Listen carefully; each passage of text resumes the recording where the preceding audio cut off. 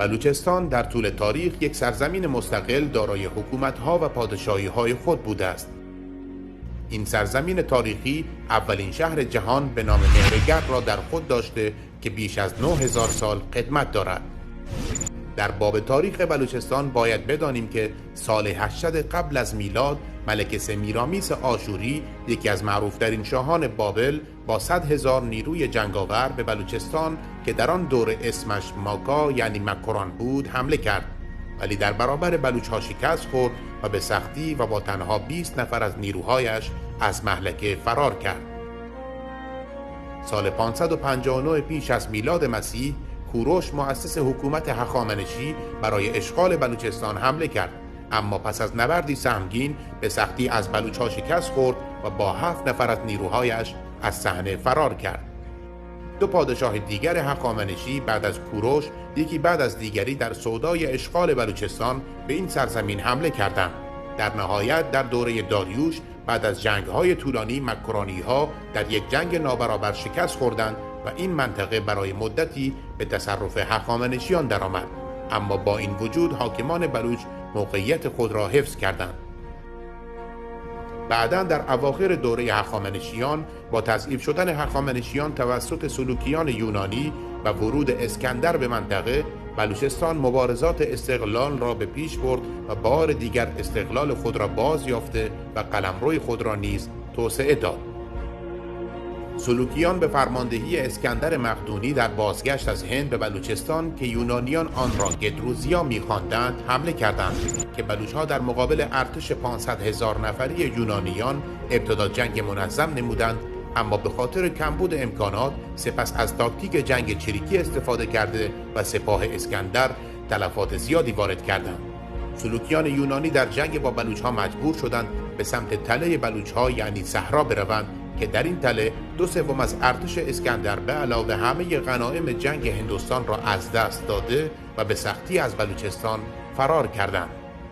پس از آن در سال 125 میلادی سلسله پادشاهی پارادای بلوچستان توسط شاه یولامیرا یا همان یولمیر شکل گرفت و برای 175 سال به پایتختی لورالای کویته این شاهان بلوچ حکومت کردند. در این مدت سکه ضرب کرده و کتیبه های ارزشمندی از خود به جای گذاشتند. پس از آن بنا به نوشته فردوسی در شاهنامه، کیخسرو فرزند سیاوش که به جنگ افراسیاب میرفت از شاه مکران برای جنگ با افراسیاب کمک خواست که شاه مکران نپذیرفت و کیخسرو کینه به دل گرفت و آهنگ جنگ با شاه مکران کرد که بعد از نبرد طولانی بین این دو پادشاه شاه مکران شکست خورد و فرمانده سپاه دشمن به نام اشکش چند ماه به غارت بلوچستان پرداخت و بعد از 1 سال بلوچستان را ترک کرد. در این زمان بلوچ‌ها مستقل بوده و حکومت‌های مکران، سیستان، پارادا و توران جملگی تحت سیطره بلوچ‌ها بودند. تورانی که از آن صحبت می‌کنیم همان توران معروف است که در شاهنامه ذکر آن بارها در مقابل ایران به میان آمده. این یعنی بلوچ‌ها همواره در پیکار با ایران بودند. سپس با قدرتگیری اردشیر بابکان و ایجاد سلسله ساسانی در ایران، شاهان بلوچ از توران و مکران و پارادا نزد او رفته و شاهنشاهی او را بدون جنگ پذیرفتند و شاهان مناطق خود بودند و هیچ اثری از ساسانیان در بلوچستان ظاهر نشد، چون سلطه کامل بلوچستان به دست خود بلوچ‌ها باقی ماند. حکومت مستقل بلوچستان همواره خار چشمی بود برای شاهان ساسانی، لذا انوشیروان که نزد بلوچ‌ها به ظالم معروف است، در منطقه جبال بارز کرمان و جیرفت به بلوچ‌ها حمله کرده و به گفته فردوسی دست به نسل کشی بلوچ‌ها زد تا جلوی جنگاوران بلوچ برای پیشروی را بگیرد.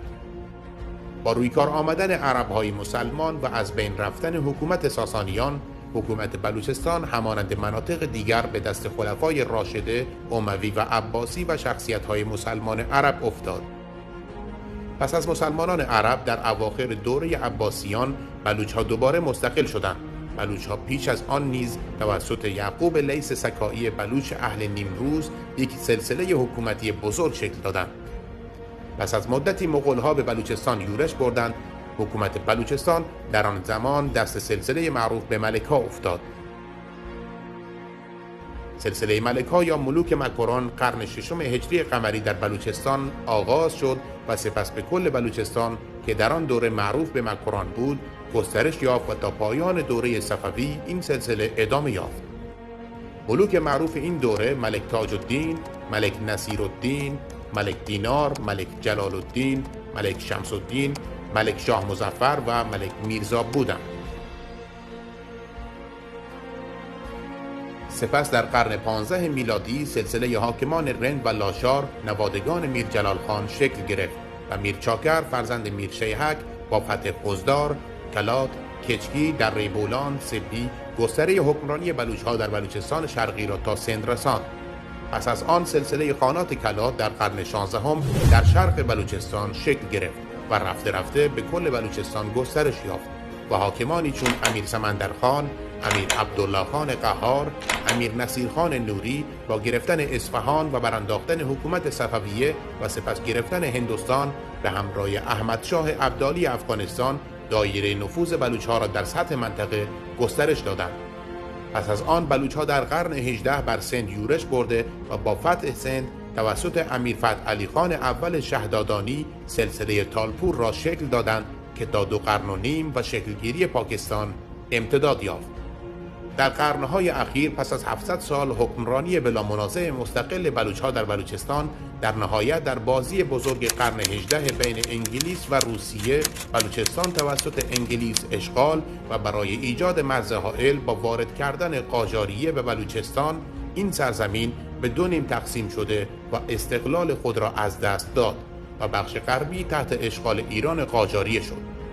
در بلوچستان غربی با ضعف حکومت قاجار در پایان کار میردوست محمد خان بارکزهی و عمویش بهرام خان بلوچستان را متحد کرد و حکومت مستقلی شکل دادند که 21 سال دوام یافت، اما با شکلگیری حکومت پهلوی و حمله رضاخان پالانی به فرماندهی جهانبانی به بلوچستان این سرزمین به اشغال فارس درآمد و تاکنون بیش از 9 دهه است که تحت استعمار حکومت فارس یعنی ایران کنونی باقی مانده است و بار دیگر نبرد برای آزادی و احیای دوباره حکومت بلوچستان ادامه دارد.